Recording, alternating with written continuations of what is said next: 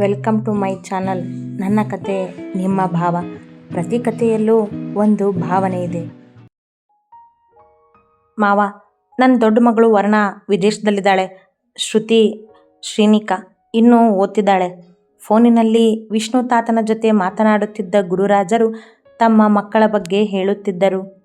ಹೌದಾ ರಘು ಎಂದ ತಾತನಿಗೆ ವರ್ಣ ವಿದೇಶಕ್ಕೆ ಹೋಗಿರುವ ಸುದ್ದಿ ಗೊತ್ತಾಗಿ ಕೃಷ್ಣನ ನೆನಪಾಯಿತು. ಕೃಷ್ಣ ಮತ್ತು ವರ್ಣಳ ಮಧ್ಯೆ ನಡೆದಿದ್ದೆಲ್ಲ ತಾತನಿಗೆ ಚೆನ್ನಾಗಿ ಗೊತ್ತಿತ್ತು.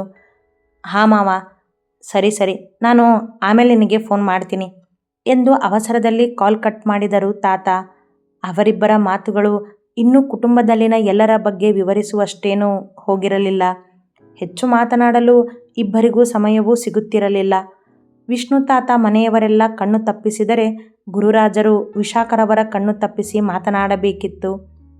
ಈಗ ವರ್ಣ ವಿದೇಶಕ್ಕೆ ಹೋಗಿರುವುದು ಗೊತ್ತಾಗಿ ತಾತ ಕೃಷ್ಣನನ್ನು ಹುಡುಕಿ ಬಂದರು. ಅವ ಪುಸ್ತಕ ಓದುತ್ತಾ ಕೋಣೆಯಲ್ಲಿ ಕುಳಿತಿದ್ದ.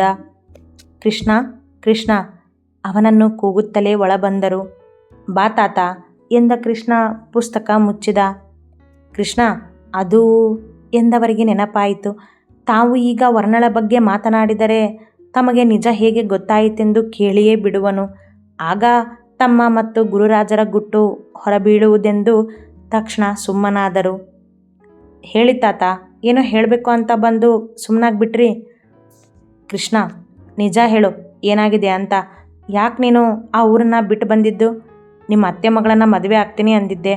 ಅವ್ರ ಬಗ್ಗೆ ಏನಾದರೂ ಗೊತ್ತಾಯ್ತಾ ನಿನಗೆ? ಮಾತು ಬದಲಾಯಿಸಿ ಕೇಳಿದರು ತಾತ. ನಾನು ಹೇಳಿದ್ನಲ್ಲ, ಸಮಯ ಬಂದಾಗ ನಾನೇ ನಿಮಗೆ ಎಲ್ಲನೂ ಹೇಳ್ತೀನಿ ಅಂತ. ಅಂದಮೇಲೆ ಯಾಕೆ ಕೇಳೋದು ನೀನು ಪದೇ ಪದೇ? ಮುಖ ಕೊಂಚ ಸಣ್ಣದು ಮಾಡಿ ಎಂದ. ಯಾಕೋ ಕೇಳಬೇಕು ಅನ್ನಿಸ್ತು, ಅದಕ್ಕೆ ಕೇಳಿದೆ. ಖಂಡಿತ ಹೇಳ್ತೀನಿ ತಾತ ನಿನಗೆ, ಆದರೆ ಈಗ ಬೇಡ, ನನಗೆ ಹೇಳೋದಕ್ಕೆ ಮನಸ್ಸಿಲ್ಲ. ಸರಿನಪ್ಪ, ಹಾಗೇ ಆಗಲಿ ಎಂದ ತಾತ ಕೃಷ್ಣನ ಕೋಣೆಯಿಂದ ಎದ್ದು ಹೊರಬಂದರು. ಅವಸರದಲ್ಲಿ ವರ್ಣನ ಬಗ್ಗೆ ಕೇಳಿ ತಪ್ಪು ಮಾಡಿಬಿಡ್ತಿದ್ದೆ ನಾನು. ರಘು ಜೊತೆ ನಾನು ಮಾತಾಡೋದನ್ನು ಈಗಲೇ ಹೇಳಬಾರ್ದು ಎಂದುಕೊಂಡು ತಮ್ಮ ಕೋಣೆಯತ್ತ ನಡೆದರು. ಇತ್ತ ಮತ್ತೆ ನೆನಪಿಗೆ ಜಾರಿದವನ ಮನ ಕದಡಿತು ತಾತನ ಪ್ರಶ್ನೆಗೆ. ನಿನ್ನ ಗೆಲ್ಲೋದಕ್ಕೆ ನಾನು ಬಿಡೋದಿಲ್ಲ ಶ್ರೀನಿಕಾ. ನಿನ್ನ ನೆನಪು ನನಗೆ ಕಾಡುತ್ತೆ ನಿಜ, ಆದರೆ ಅದು ನೀನು ಮಾಡಿರೋ ಮೋಸಕ್ಕಲ್ಲ, ನಾನು ನಿನ್ನ ಮೇಲೆ ಇಟ್ಟಿರೋ ಪ್ರೀತಿಗೆ ಎಂದುಕೊಂಡವ ಪ್ಲೇಯರ್ ಬಟನ್ ಒತ್ತಿದ.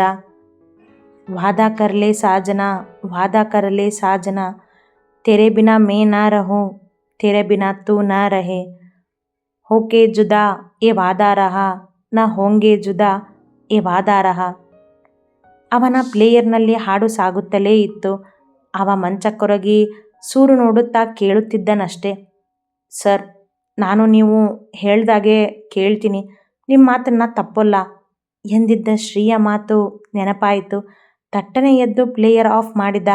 ಮತ್ತದೇ ಅವಳ ನೆನಪುಗಳು. ತಲೆ ಸಿಡಿದಂತಾಗಿ ಟೇಬಲಿನ ಡ್ರಾಯರ್ನಲ್ಲಿದ್ದ ಸಿಗರೇಟ್ ಪ್ಯಾಕ್ ಕೈಗೆ ತೆಗೆದುಕೊಂಡವ ಟೆರೆಸ್ಸಿಗೆ ಬಂದು ಸಿಗರೇಟ್ ಉರಿಸುತ್ತಾ ಹೊಗೆ ಬಿಡುತ್ತಾ ನಿಂತ. ಮೊದಲಾದರೆ ಮನಸ್ಸಿಗೆ ಬೇಜಾರಾದಾಗಷ್ಟೇ ಸಿಗರೇಟ್ ಉರಿಸುತ್ತಿದ್ದ. ಅದಲ್ಲದೆ ಶ್ರೀನಿಕಾ ಅಂದು ತನ್ನ ಖುಷಿಗೋಸ್ಕರ ಸಿಗರೇಟ್ ಸೇದುವುದನ್ನು ಬಿಡುವಂತೆ ಮಾತು ತೆಗೆದುಕೊಂಡಿದ್ದಳಲ್ಲ, ಅದವನಿಗೆ ಸಹಿಸಲಾಗಲಿಲ್ಲ. ಶ್ರೀ ಅದನ್ನು ನಾಟಕ ಮಾಡಿದಳೆಂಬ ಭಾವ ಅವನಿಗೆ. ತನ್ನ ಖುಷಿಗೋಸ್ಕರ ನನ್ನ ಖುಷಿ ಹಾಳು ಮಾಡಿದಳೆಂದು ಇನ್ನೂ ಹೆಚ್ಚೇ ಸಿಗರೇಟ್ ಸೇದುತ್ತಿದ್ದ. ಯಾವಾಗಲಾದರೂ ಒಮ್ಮೆ ಉರಿಯುತ್ತಿದ್ದ ಸಿಗರೇಟ್ ಈಗ ದಿನಕ್ಕೊಂದು ಉರಿಯುತ್ತಿತ್ತು. ಅದು ಮನೆಯವರಿಗೆ ಗೊತ್ತಾಗಬಾರದೆಂದು ಟೆರೆಸಿನ ಮೇಲೆ ರಾತ್ರಿ ಉರಿಸಿ ಯಾರಿಗೂ ಕಾಣದಂತೆ ತುಂಡನ್ನು ಚೆಲ್ಲಿಬಿಡುತ್ತಿದ್ದ. ಅದನ್ನೇ ಮಾಡಿ ಒಳಗೆ ಬಂದವ ಹಾಸಿಗೆಗೆ ತಲೆ ಇಟ್ಟ.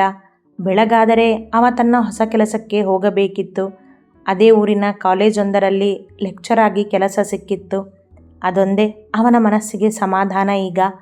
ತನ್ನ ಕೆಲಸದಲ್ಲಿ ಮುಳುಗಿದರೆ ಸ್ವಲ್ಪ ಹೊತ್ತಾದರೂ ತನ್ನ ಮನದಲ್ಲಿನ ನೋವಿನಿಂದ ದೂರವಿರಬಹುದೆಂಬ ಯೋಚನೆ ಅವನಿಗೆ. ನನ್ನ ಮತ್ತು ವರ್ಣನ ಮಧ್ಯೆ ಏನಾಗಿದೆ ಅನ್ನೋ ಸತ್ಯ ನಿನಗೆ ಗೊತ್ತೇ ಇಲ್ಲ ಶ್ರೀನಿಕಾ. ನೀನು ನನ್ನನ್ನು ಅರ್ಥ ಮಾಡ್ಕೊಂಡಿಲ್ಲ. ನಾನು ನಿನಗೆ ಅರ್ಥ ಆಗಿದ್ದರೆ ನೀನು ಸತ್ಯ ಏನು ಅಂತ ತಿಳ್ಕೊಳ್ಳೋ ಪ್ರಯತ್ನ ಮಾಡ್ತಿದ್ದೆ. ನನ್ನ ಮಾತನ್ನು ಕೇಳು ಶ್ರೀನಿಕಾ. ಅದೆಷ್ಟು ಬೇಡಿದ್ದ ಅವ ಅಂದು ತನಗೆ ಸತ್ಯ ತಿಳಿಸಲೆಂದು.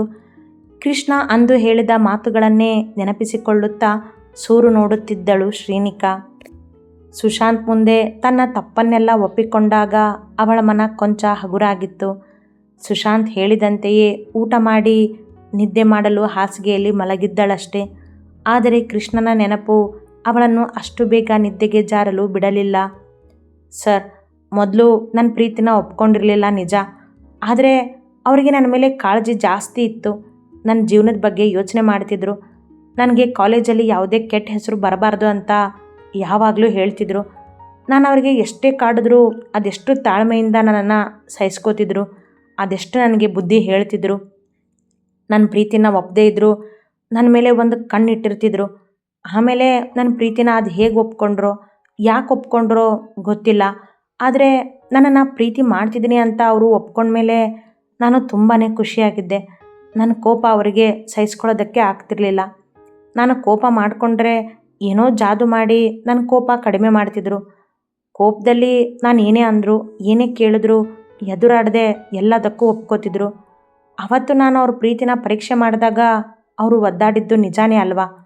ಅವರಿಗೆ ನನ್ನ ಮೇಲೆ ಪ್ರೀತಿ ಇರದೇ ಇದ್ದಿದ್ರೆ ಯಾಕೆ ಅವತ್ತು ಅಷ್ಟೊಂದು ಚಡ್ಪಡಿಸ್ತಿದ್ರು? ಅವ್ರ ಪ್ರೀತಿ ನಿಜವಾದದ್ದು ಅಂತ ಯಾಕೆ ನನಗೆ ಅರ್ಥ ಆಗಲಿಲ್ಲ ಅವತ್ತು? ನಾನು ಅಷ್ಟು ನೋವು ಕೊಟ್ಟರು ಅವರು ನನ್ನ ಮೇಲೆ ಕೋಪ ಮಾಡ್ಕೊಂಡಿರಲಿಲ್ಲ. ಅದೇ ತಾಳ್ಮೆಯಿಂದನೇ ಮತ್ತೆ ಪ್ರೀತಿನೇ ತೋರಿಸ್ತಿದ್ರು. ನನಗೆ ಸ್ವಲ್ಪ ನೋವಾದರೂ ಅವರು ಸಹಿಸ್ತಿರ್ಲಿಲ್ಲ. ನಿಜ, ಅವ್ರು ಯಾವತ್ತೂ ನನ್ನ ಜೊತೆ ಮಿತಿ ಮೀರಿ ನಡೆದುಕೊಂಡಿಲ್ಲ. ನಾನೇ ಇನ್ನೂ ಅವ್ರಿಗೆ ಎಷ್ಟೋ ಬಾರಿ ಸನಿಹ ಆಗಿದ್ದೀನಿ.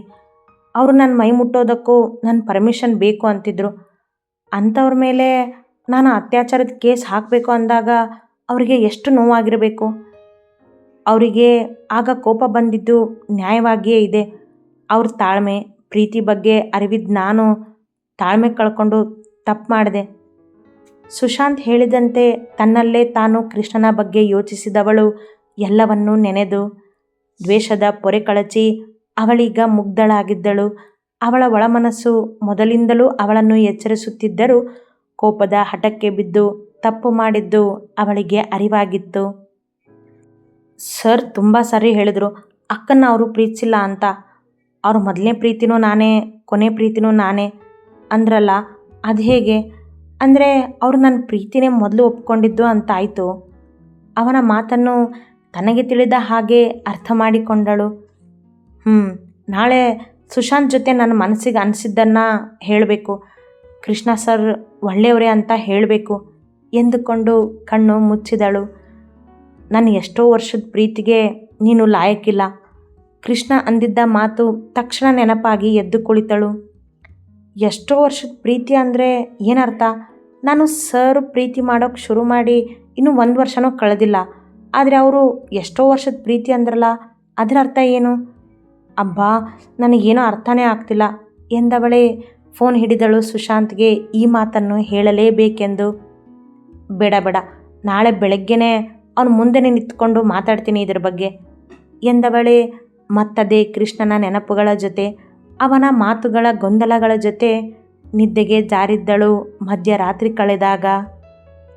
ವೇದ್, ಇವತ್ತು ಫಸ್ಟ್ ಡೇ ಕಣೋ ಹೊಸ ಕಾಲೇಜ್ನಲ್ಲಿ. ಮನೆಯ ಲ್ಯಾಂಡ್ಲೈನ್ನಿಂದ ಕರೆ ಮಾಡಿದ್ದ ಕೃಷ್ಣ ಮಾತನಾಡುತ್ತಿದ್ದ. Best of luck Kitty. Thank you Ved. Krishna, ಬೇಗ ಬಾ, ಬಿಸಿ ಆರುತ್ತೆ ಕೂಗಿದರು ಮಂಜುಳಾರವರು. ಬಂದೆ ದೊಡ್ಡಮ್ಮ ಎಂದ ಕೃಷ್ಣ. ಸರಿ ವೇದ್, ಸಂಜೆ ನಾನು ನಿನಗೆ ಕಾಲ್ ಮಾಡ್ತೀನಿ ಎಂದು ಫೋನಿಟ್ಟು ಎಲ್ಲರೂ ಕುಳಿತಿದ್ದ ಡೈನಿಂಗ್ ಟೇಬಲ್ಗೆ ಬಂದು ತಾನು ಕುಳಿತ. ಕೃಷ್ಣ, ಮಧ್ಯಾಹ್ನ ಊಟಕ್ಕೆ ಮನೆಗೆ ಬಾ, ಕ್ಯಾಂಟೀನ್ ಇದೆ ಅಂತ ಅಲ್ಲೆಲ್ಲೋ ಊಟ ಮಾಡಬೇಡ ಮೊದಲೇ ಹೇಳಿದರು ಅವನ ದೊಡ್ಡಮ್ಮ. ಸರಿ ದೊಡ್ಡಮ್ಮ ಎಂದವ ಎಲ್ಲರ ಜೊತೆ ಖುಷಿಯಿಂದ ಮಾತನಾಡುತ್ತಾ ತಿಂಡಿ ತಿಂದು ಮುಗಿಸಿ ತನ್ನ ಬ್ಯಾಗ್ ಹಿಡಿದು ಬೈಕ್ ಹತ್ತಿದ. 5 ನಿಮಿಷ ದಾರಿಯಷ್ಟೇ ಕಾಲೇಜ್ಗೆ. ಗೇಟ್ ದಾಟಿ ಬೈಕ್ ನಿಲ್ಲಿಸಿ ಕೆಳಗಿಳಿದವನಿಗೆ ಶ್ರೀನಿಕಾಳ ನೆನಪಾಗದೇ ಇರಲಿಲ್ಲ. ತಾನು ಬೈಕಿನಿಂದ ಇಳಿಯುತ್ತಲೇ ಎಲ್ಲಿದ್ದರೂ ಓಡಿ ಬಂದು ಗುಡ್ ಮಾರ್ನಿಂಗ್ ಸರ್ ಎನ್ನುತ್ತಿದ್ದಳಲ್ಲ, ಅವನಿಗೆ ನೆನಪಾಗಿ ಸಂಕಟವಾಯಿತು. ಅವ ಹರಿಯುವ ನೀರಿನಂತಲ್ಲವೇ? ಅಲ್ಲಿಯೇ ನೆನಪನ್ನು ಬಿಟ್ಟು ಕ್ಲಾಸಿನತ್ತ ಹೆಜ್ಜೆ ಹಾಕಿದ. ಅತಿ ಹೆಚ್ಚಿನ ಕಥೆಗಳಿಗಾಗಿ ಹಿಂಬಾಲಿಸಿರಿ ಪ್ರತಿಲಿಪಿ ಆ್ಯಪ್ನಲ್ಲಿ ಪ್ರತಿಮಾ SH ಅವರನ್ನು.